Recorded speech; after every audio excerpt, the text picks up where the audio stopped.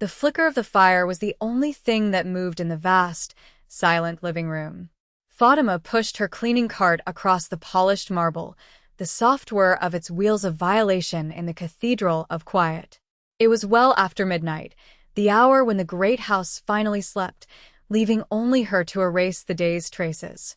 And there, in a deep leather armchair angled toward the hearth, was the master of the house, Minjun Kong. His head was tilted to one side, his breathing even and slow.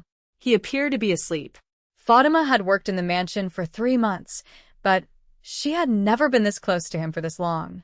He was a man made of stillness and shadow, a figure who passed through rooms and left behind a chill of absolute authority. To see him so surrendered, his formidable presence, softened by sleep, felt like looking at a secret. She continued her work, dusting the grand piano, her movements careful and practiced. But her eyes kept drifting back to him, and to the small, round table beside his chair. On it, next to a crystal glass of amber liquid, sat a plain white envelope. It was open, and from its mouth spilled a thick stack of $100 bills, a cascade of green and white so flagrant it felt like a trap. Fatima froze, her hand hovering over a porcelain figurine. The money was a shout in the silent room. There was enough there to solve every problem that gnawed at the edges of her sleep.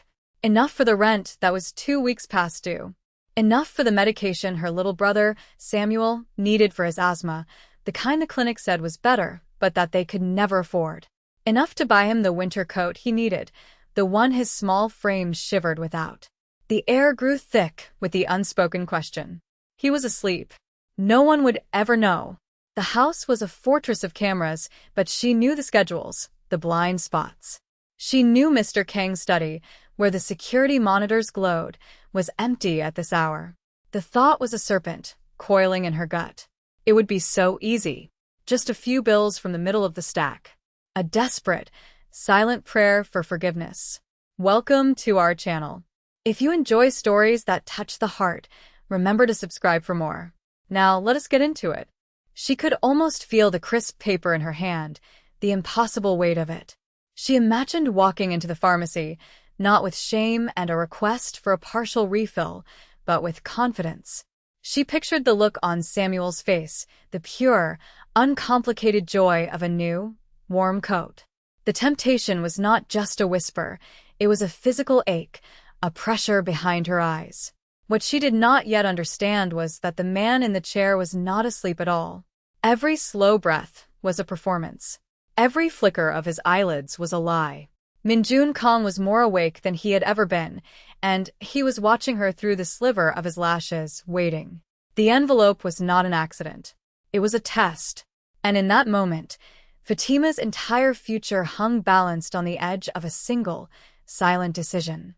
The house held its breath and waited. Fatima took a deep, steadying breath, the scent of lemon polish and old leather filling her lungs.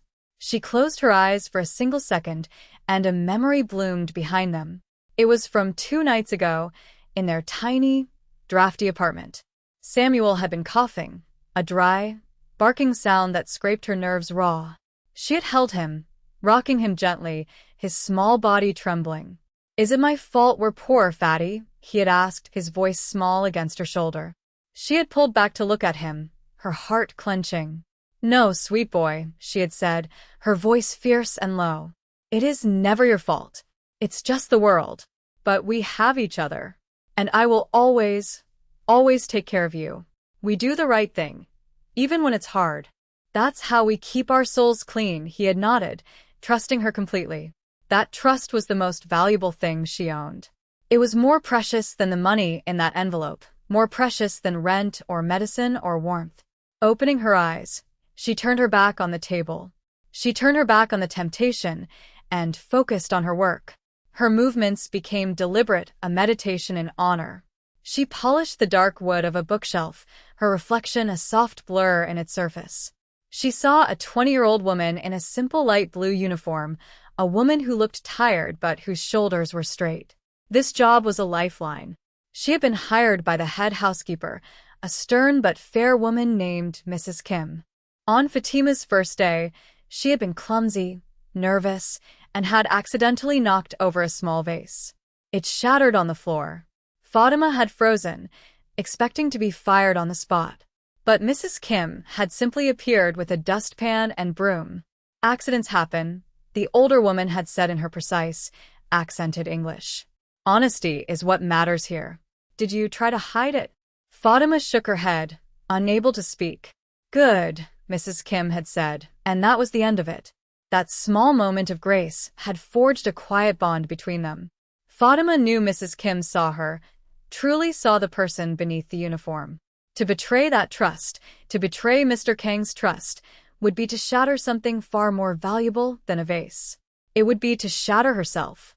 She finished the last of her duties in the living room, her cart now waiting by the door. The fire was beginning to die down, its cheerful crackle softening to a gentle hiss. The room was growing colder. She glanced one last time at the man in the chair and the fortune beside him. She felt not temptation now, but a strange, quiet pity. He looked lonely. A draft snaked its way across the marble floor, a ribbon of cold air from the tall, mullioned windows. Fatima watched the firelight dance across Mr. Kang's hands, which were resting loosely on the arms of the chair. He wore a fine silk shirt, but it looked thin against the deepening chill of the winter night. She thought of Samuel, how she always tucked an extra blanket around him, how his small face would relax into a deeper, more peaceful sleep once he was warm. An instinct, simple and pure, moved her before she had time to question it. She left her cart by the door and walked silently to a large wooden chest that stood against the far wall. She knew it held a collection of blankets and throws, spun from cashmere and wool, softer than anything she had ever touched. She lifted the heavy lid and chose a simple one, a thick, plush blanket the color of soft gray smoke. It was heavy in her arms and warm. She approached the armchair as if nearing a sleeping lion. She held her breath, her movements fluid and slow. Mr. Kang did not stir. His breathing remained a deep, even rhythm in the quiet room. Carefully, she unfolded the blanket. She leaned over him, the scent of his cologne, something clean and sharp like sandalwood and rain, rising to meet her.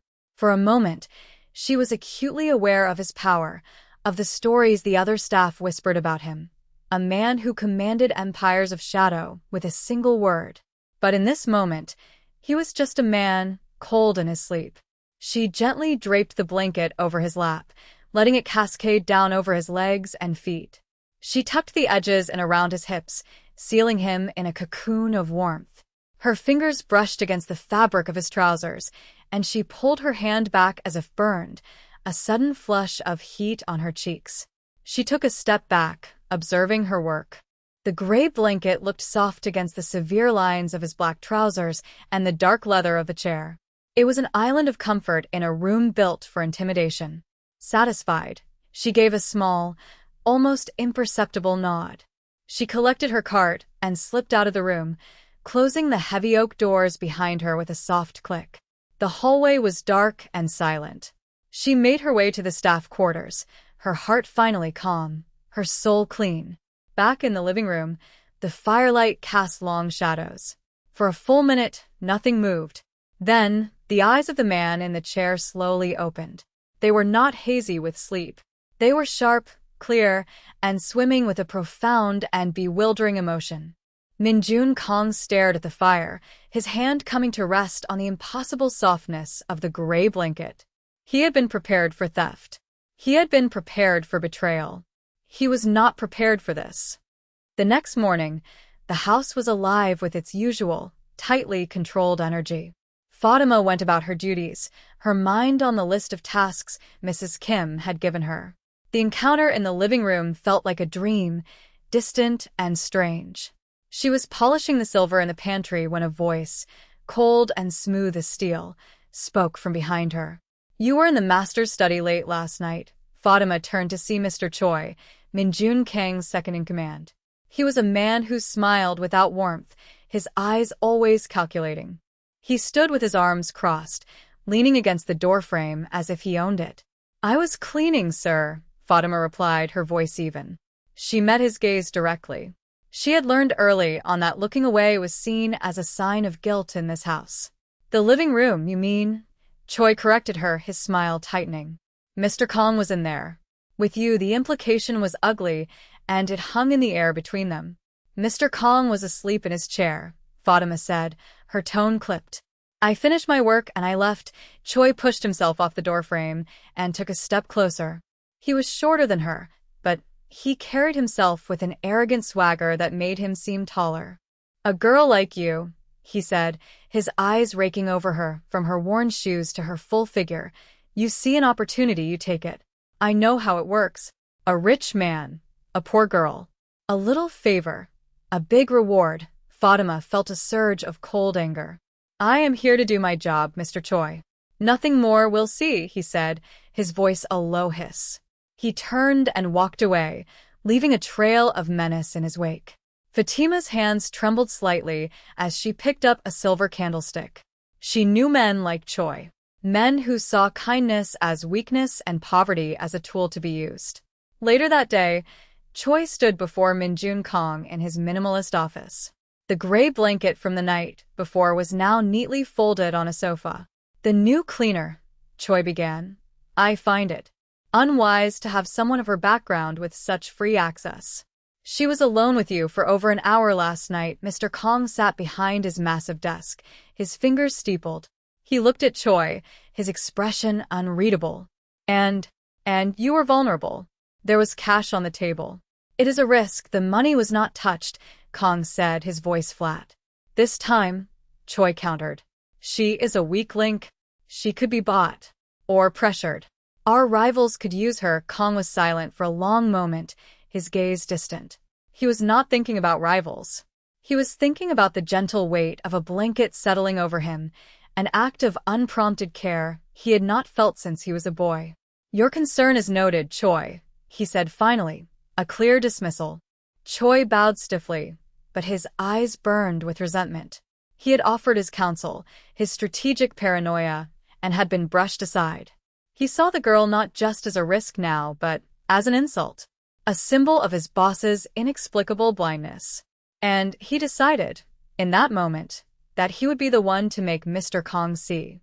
Life in the mansion continued, but something had shifted. The air around Minjun Kong was different when Fatima was near. He no longer passed her in the hallways as if she were part of the furniture. His gaze would linger for a moment, a silent acknowledgement that held a universe of unspoken things. One afternoon, she was tending to the orchids in the sunroom when he entered. He walked over to a vibrant purple bloom and touched a petal with a surprising gentleness. They require a great deal of patience, he said, without looking at her. It was the first time he had ever initiated a conversation. Yes, sir, Fatima said, her heart starting to beat a little faster. But they're worth it. He finally turned to her, his dark eyes searching her face. Mrs. Kim tells me you have a younger brother. The question was so unexpected, so personal. It caught her off guard. Yes, sir. His name is Samuel. Is he well? The inquiry was quiet, but it felt deeply significant.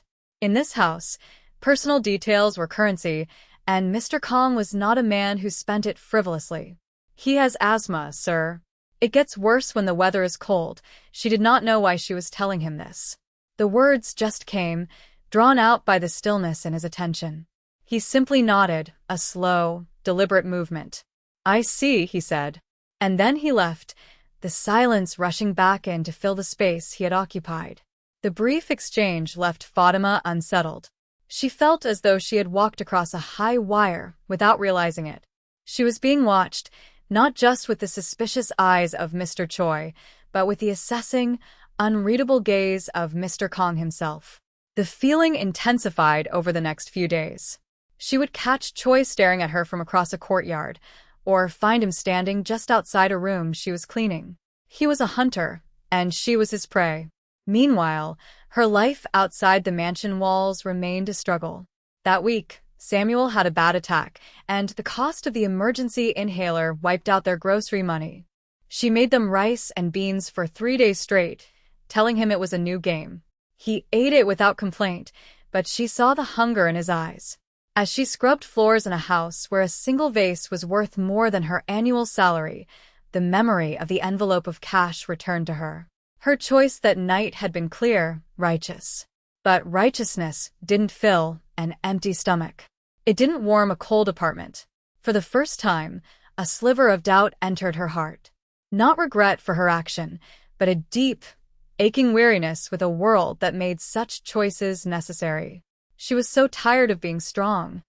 Choi believed he understood the world perfectly. It was a simple machine of leverage and force. Everyone had a price, and everyone had a breaking point. He saw Min-jun Kang's strange tolerance for the cleaner as a malfunction in the machine, a sentimental error that he, Choi, was uniquely qualified to correct. He would prove to his boss that the girl was exactly what he thought she was, a common thief waiting for the right moment. His plan was simple and cruel. He knew Mr. Kang's most prized personal possession was not one of his expensive cars or abstract paintings, but a vintage Patek Philippe watch.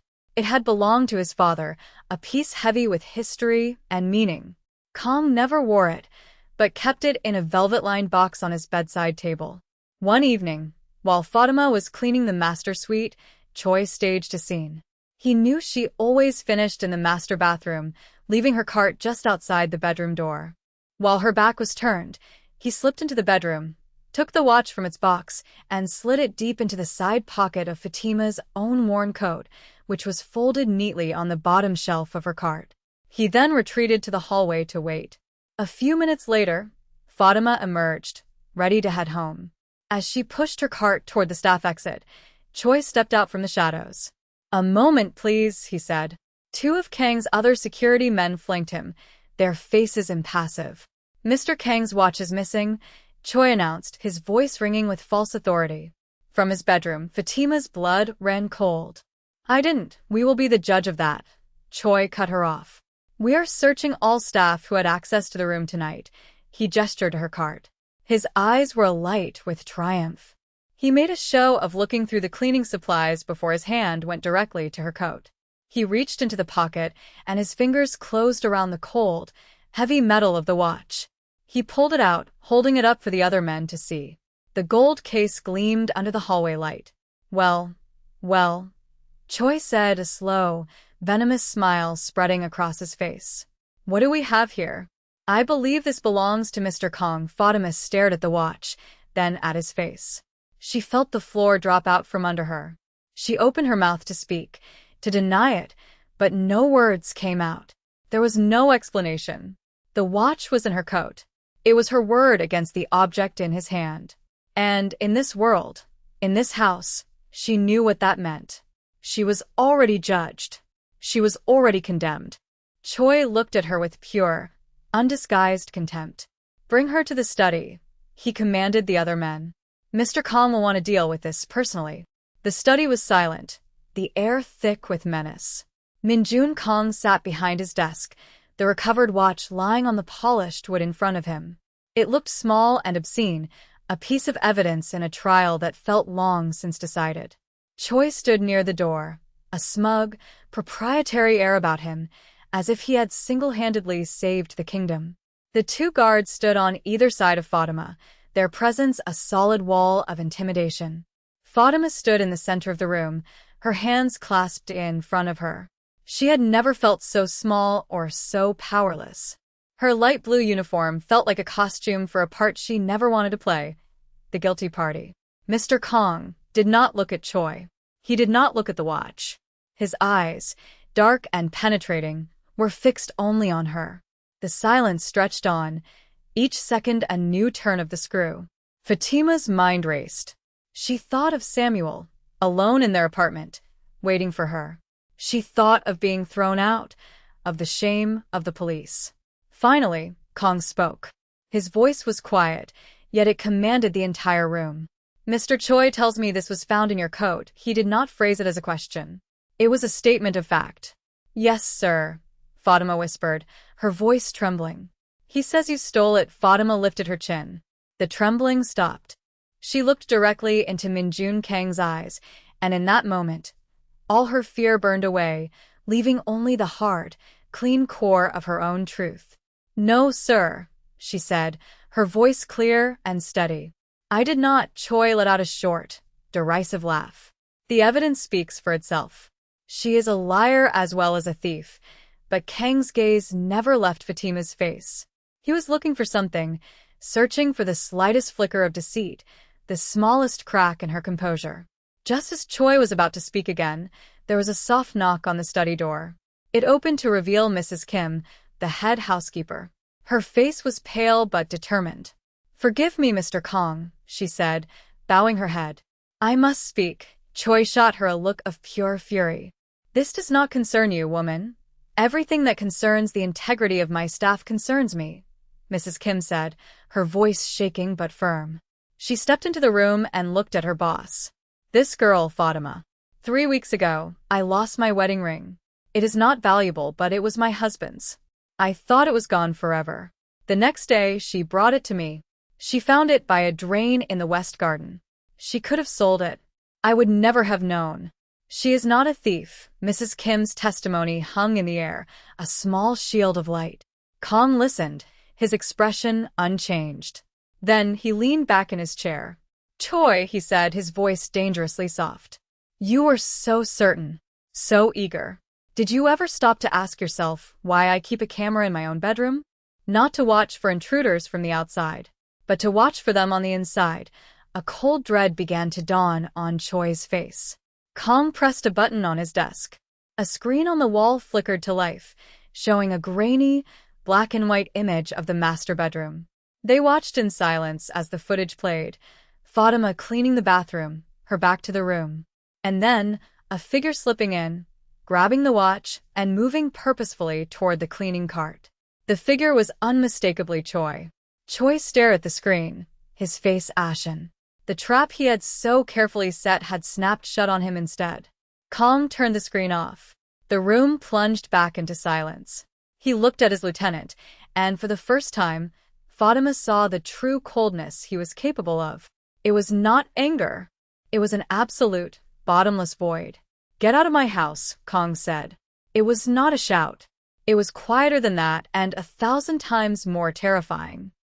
After Choi and his guards were gone, the study fell into a profound quiet. Mrs. Kim gave Fatima's arm a gentle squeeze before bowing to Mr. Kong and discreetly excusing herself, leaving them alone. Fatima stood, her legs feeling weak with relief, the adrenaline draining away to leave an exhausted calm. The watch still lay on the desk, a small gold star in the lamplight. Mr. Kong picked it up, his fingers closing around it. He did not look at it. He looked at her. "I am sorry," he said. The words were simple, but from this man, they landed with the force of a seismic event. Here is what you need to understand about a man like Minjun Kong. His world was built on the foundation that apologies were weaknesses, admissions of error that could be exploited. For him to offer one was to dismantle a part of himself, to willingly make himself vulnerable.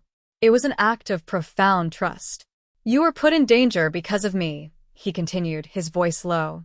"Because of a test I should never have administered." He finally looked down at the watch in his hand, then placed it back in its box and slid it into a drawer. "Out of sight. Please," he said, gesturing to one of the leather chairs opposite his desk.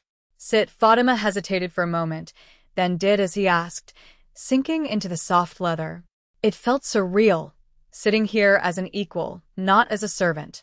The power dynamic in the room had been irrevocably altered. He watched her for a long moment, his expression one she could not decipher. It was not pity, not gratitude. It was something deeper, more complex. It was recognition.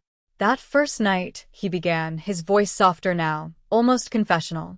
"In the living room. The money. I did not care about the money. I have put out envelopes with 10 times that amount to test men's loyalty. Greed is simple. I can manage greed." He paused, leaning forward, his elbows on the desk. The distance between them shrank. "I was not testing your greed, Fatima. I was testing something else. I was looking for something I thought had vanished from the world." He fell silent, his gaze drifting toward the window, toward the dark, winter night outside. He seemed to be looking back in time, into a memory that was still painfully alive. The air in the room grew heavy with unspoken history. Fatima waited, knowing that he was about to share a part of himself that he kept locked away from the world, and that her life was about to change forever. She had passed his test, but she still had no idea what she had won. "I grew up in a place very different from this," Minjun Kong said, his voice a low murmur. "A shanty town on the edge of Seoul after the war. There was never enough of anything. Not enough food, not enough warmth, not enough hope," he spoke as if to himself, his eyes fixed on a past only he could see. "I had an older sister. Her name was Sunhee. She was 4 years older than me, but in our world, she was the adult. Our parents were gone. It was just her and me. She was fierce. She fought for scraps for me. She kept me clean. She told me stories to fill my empty stomach." He paused, and Fatima could see the muscles in his jaw tighten. "There was one winter, the worst one. We were living in a shack made of scrap metal and cardboard. The cold. It was a living thing. It got into your bones and stayed there. I was 6 years old, and I was sick. A fever that made me shake so hard my teeth chattered." He stopped and took a slow, deep breath. "We had one blanket. A thin, ragged thing. Barely enough for one person. That night, the wind was howling. I remember crying, not from the fever, but from the cold. He held me, but I couldn't stop shaking. After a while, she got up. She took the blanket and she wrapped it around me. She wrapped it so tightly, tucking in every edge, making sure no cold could get in. 'I'm not cold, Minjun,' she lied. 'I'm strong. You sleep. You get better.'" His voice broke on the last few words. He looked down at his hands on the desk. "I fell asleep, warm for the first time in days. When I woke up in the morning, the sun was coming through a crack in the wall. The blanket was still tucked around me. He was sitting against the wall, a few feet away. She looked like she was sleeping." He looked up, and his eyes were glistening with tears he refused to let fall. "But she wasn't sleeping. She had frozen during the night.